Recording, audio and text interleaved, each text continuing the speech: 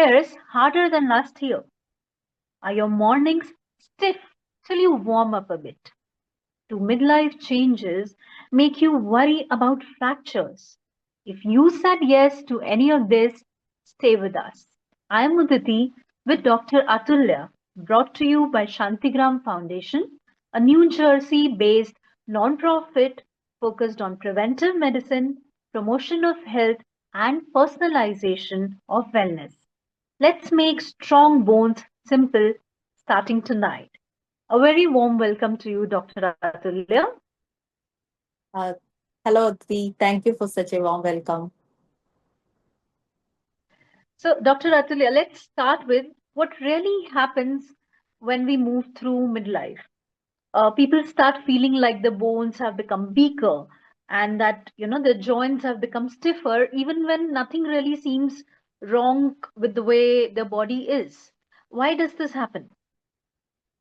As we ages, the bone loses minerals like calcium and phosphorus more faster than it is replacing. So what happened to the bond? The bond become more brittle and more weaker. There are chances of fracture is so fast. Along with that, the muscle bulk also loses as we ages. That means it is called as sarcopenia in medical terminology. So, what the function of the muscle? It stabilizes the body and it acts as a shock absorber of the body. So, what happens when both the bone and the muscle weaker? The body stability is lost. So, there are more chances of slippages, falls, and also the joint become more stiffer in the middle age. Okay, so the bones become thin, the muscles start fading, and the overall structure of the body becomes weak. How exactly does Ayurveda look at this change?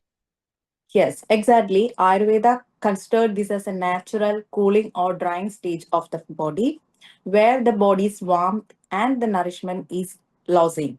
So, coming to the nourishment, as we ages, the digestive power, we call it as Agni in Ayurveda, become weaker. So, proper absorption of the nutrients to the tissues is not happening. So, body become more weaker. Along with that, if you are not following a good lifestyle, like you are more having an addictions, not sleeping in proper time, skipping the meal due to busy schedule or busy lifestyle, and also stress and anxiety add on this process. So this process become more faster. So it's midlife, you have to take care. Okay, so what you're saying is that there's a natural tendency in the body to become weak around this time, but how we manage our lifestyles can change the way our body behaves, right? So, is it possible to rebuild this strength without really, having complicated routines?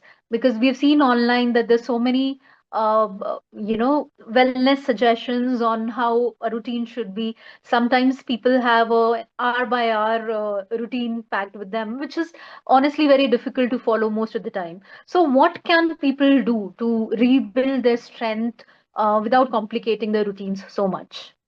Exactly. That's what we are here for, Uditi. The thing is that this is not common for everyone. It's means the stiffness of the joint or the weakness of the bone is coming different to different one. Each one has their own signature. Okay, if you have more pain, that's not same condition with me at the same age. It's different because of lifestyle and food and other things. Hormones also balance. Problem will come, and the thing is that you have to assess yourself in which stage you are. That is a self-check question I am asking. You can answer that and stage yourself. The first question is, do the stairs make you nervous? That means on seeing the stairs, you skip the stairs or you use the help of a rail. The second question is, are the joints more stiffer in the morning? That means morning the joints will be stiffer. After moving around for sometimes it become loosen up. Most of the people are experienced that in the middle age. And the last one is bending down to pick something is become hardy or shaky. That means if you went down to tie your shoes, it is very difficult. You sit somewhere and tie your shoes, or picking something from the floor, it is very difficult. These things you can self check yourself. Okay, great. Oh, that's a very simple step. I think I can actually relate to that quite a lot myself. For our audience, simple steps, big impact. That's the way we like it. You can score With a simple yes or no, give yourself 1 point for every yes. If your points lie between 0 to 1, do not worry and focus on self care. If your points lie between 2 to 3, this talk is specially for you. Stay with us. Okay, now let's talk about the big transition that most women face, menopause. So many women, notice that their bones and joints start acting up right around this time. Why is it so? What exactly happens during menopause in our bodies? Exactly. Menopause is a important time in woman's life. It is a stage where the hormone changes. The hormone shift, that means the slowdown of the metabolism happens. So the proper resorption of minerals like calcium and phosphorus is not happening to the bone. So the bone become more brittle and the muscle stiffness happens more faster in women comparing to the other world.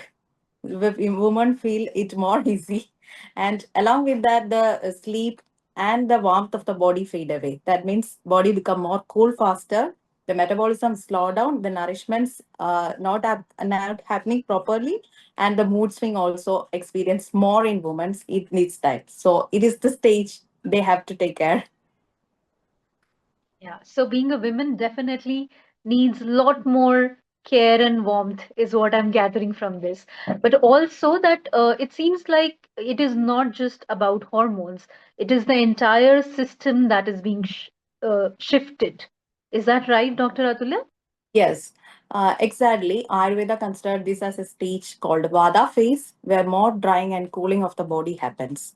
That means warmth, a proper nourishment, and a calm routine is needed at this time to regain the balance.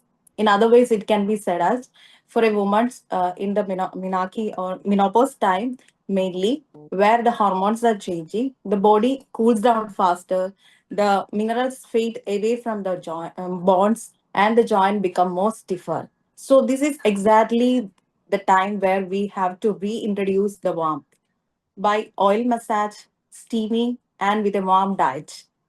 We can rebuild the balance.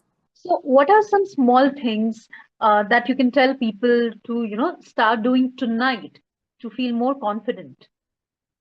Exactly. Tonight onwards, they can do three rituals or three activities that can bring back the balance. First one is warm before your bed. That means you can take a warm water bath or dip your foot in the warm water for some times or put on a socks. It will make your body warm. The next one is steady your breath. That means you can take a breathe to a count of 4 and breathe out for a count of 6. This you can repeat for 10 times. This will relax your mind and induce a good sleep. Also, feed your frame. That means frame means the bone. You can include more sesame, almond, and green leafy vegetables. It will improve the nourishment to the bone. Along with that, also add a little stretching or little evening walk for some 10 to 15 minutes. This can add on a activity along with the warm will bring back the confidence in the bone. Wow, that sounds lovely, doctor. No, it's warmth, movement and breath, and nourishment, like the perfect self-care routine. Simple to remember and very easy to do.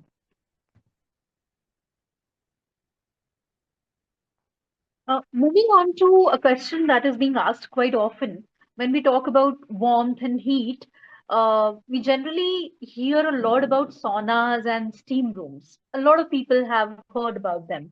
But when we talk about Swedana in Ayurveda, what really is the difference between Swedana or a sauna? I mean, it is all just heat, right? Exactly, that's a very good question, Uditi. The sauna, many people has that experience of sauna. It's just a dry or wet heat exposed to the body from the outside, and it make the body sweat out. It actually relax the body. It's a general process, but Svedana is in it's a different thing. It is a therapeutic heat in which the herbal heat is given to the body after applying the oil. That means it's special because two processes happening here: oil massage and steam. The oil helps the skin for nourishing and protecting, and the pores get open up due to the sweating due to heat. and the herbal compound is getting into the body. So here both work hand in hand for a uh, therapeutic heat is delivered. Okay, so in simple words, what I understand is that it is not just heat, it is basically guiding the warmth in a very specific way to fulfill a very special purpose.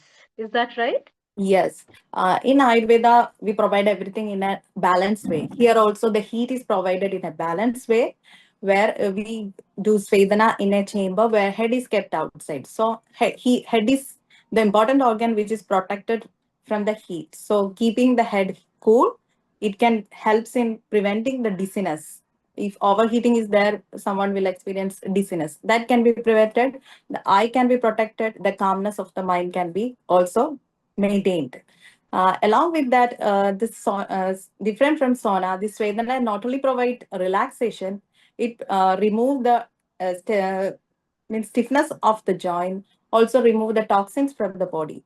Like that, it prepare the body for a higher regenerative purpose that is called a panchakarma in Ayurveda. That already sounds very relaxing to me. So, let's say for someone who's trying this at home, how can they bring a bit of, that therapeutic, that Ayurvedic warmth into their daily life in a safe manner? Yes, it's very good to introduce in a daily life, but introduce it in a gentle and simple way. Like you can follow oil massage for your body for 10 to 15 minutes. After that, take a warm water bath. It's a type of steaming. Also, you can sit in a warm bathroom for 5 to 10 minutes, or you can take a warm water with a pinch of ginger and turmeric in it. It will also make body heat warm. So the thing is that always do it in a moderate way. Listen to your body and hydrate well. If some giddiness or something happens, stop it. Okay, warm always make us comfort. It should comfort us, not make us exhaust. Wow, that's a lovely distinction. So, do not just heat yourself for heating's sake, but remember it is warmth for healing. So, it should feel like a warm hug. Yes. So, for those watching from home, what are some simple ways to care for bones and joints daily without special equipment? In from home, you can convert your home in a wellness space or wellness spa. That means you can follow the three therapies, mainly like warm, important, feed your frame, and move your body. Move your body means you can do some exercise from you home itself. You can uh, do a set of 10 sit-ups or sit-ups from the chairs or wall push-up you can do. But always remember, do it in a pain-free range or in a steady fashion. Okay, and warm your body. Already I mentioned you can do the oil massage, steam, warm water bath, or introduce warm foods into your body. Also, you can expose you morning and evening sunlight. Not too much, to 10 to 15 minutes you can expose. It will also give a natural vitamin D. So the bone strength will be also maintained. Then feed your freight with more almonds, more sesame, more green, like that you can. That's all very doable. So, we don't need any special gym, no special plan or equipment, just small routines done in the right way. Exactly. Ayurveda insists not any big rituals, but you can follow everyday small, doable, gentle routines, but you have to do it in a consistent way. Then only it gives that effect. Thank you, Dr. Atulya, for joining us tonight and giving us such wonderful knowledge on keeping ourselves healthy, especially on keeping our bones strong. Thank you, Didi. It was nice talking to you. And now, a little thank you for our aware and care listeners. Visit ayurveda.tech or shantigramayurveda.com to explore our 360-degree wellness approach with guided coaching and steady support, designed to help you put simple daily wins into practice.